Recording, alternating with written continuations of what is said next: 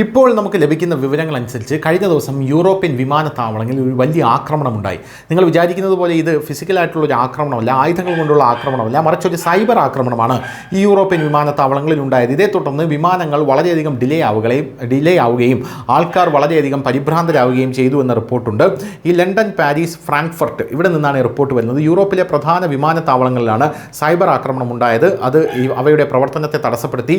ഇത് കുഴപ്പങ്ങൾക്ക് കാരണമാവുകയും വിമാനത്താവള ഗതാഗതത്തെ ബാധിക്കുകയും ചെയ്തു. സൈബർ ആക്രമണം സാങ്കേതിക പ്രവർത്തനങ്ങളെ തടസ്സപ്പെടുത്തി. വിമാനത്താവള അധികാരികളെ നേരിട്ട് പ്രവർത്തിക്കാൻ ഇത് നിർബന്ധിതരാക്കി. ഇത് നിരവധി വിമാനങ്ങൾ റദ്ദാക്കാൻ കാരണമായി. ഇത് യാത്രക്കാർക്ക് അസൗകര്യമുണ്ടാക്കി എന്നുള്ള റിപ്പോർട്ടുകളുണ്ട്. യൂറോപ്പിലെ ഏറ്റവും തിരക്കേറിയതായി കണക്കാക്കപ്പെടുന്ന ലണ്ടനിലെ ഹീത്രോ വിമാനത്താവളം, ജർമ്മനിയിലെ ഫ്രാങ്ക്ഫർട്ട്, ബെർലിൻ വിമാനത്താവളങ്ങൾ, ഫ്രാൻസിലെ പാരീസ്, ബ്രസൽസ് വിമാനത്താവളങ്ങൾ എന്നിവിടങ്ങളിലെ ചെക്ക് ഇൻ ബാഗേജ് സംവിധാനങ്ങൾ സൈബർ ആക്രമണത്തെ തുടർന്ന് തടസ്സപ്പെട്ടു എന്ന റിപ്പോർട്ടുകളും ലഭിക്കുന്നുണ്ട്. ഇതുമൂലം യൂറോപ്പിലുടനീളമുള്ള ഈ വിമാനത്താവളങ്ങളിലെല്ലാം ഗതാഗതം വളരെ മന്ദഗതിയിലായിരുന്നു. അതോടെ വിമാനത്താവളം ഒരു റെയിൽവേ സ്റ്റേഷൻ പോലെയുള്ള ഒരു സാഹചര്യം സൃഷ്ടിക്കപ്പെട്ടു. വിമാനങ്ങൾ പറന്നുയരാൻ വൈകിയതും നിരവധി വിമാനങ്ങൾ റദ്ദാക്കിയതും ചിലത് പുനഃക്രമീകരിച്ചതും യാത്രക്കാരുടെ അസൗകര്യം അവിടെ വർദ്ധിപ്പിച്ചു. യാത്രക്കാർക്കിടയിൽ വളരെയധികം ബഹളമുണ്ടായി. കൗണ്ടറിൽ യാത്രക്കാർക്ക് ഉത്തരം നൽകാൻ ആരുമില്ലായിരുന്നു എന്നതും വേറൊരു പ്രശ്നമായി മാറി. പോരാത്തതിന് എയർലൈനുകളെല്ലാം ഓൺലൈനായും ചാറ്റ് ബോട്ടുകൾക്കും കൈമാറിയതായി തോന്നുന്നു. അവർക്ക് ഒരു തരത്തിലുള്ള മനുഷ്യ പിന്തുണയും ഇല്ലായിരുന്നു എന്നുള്ളതാണ്.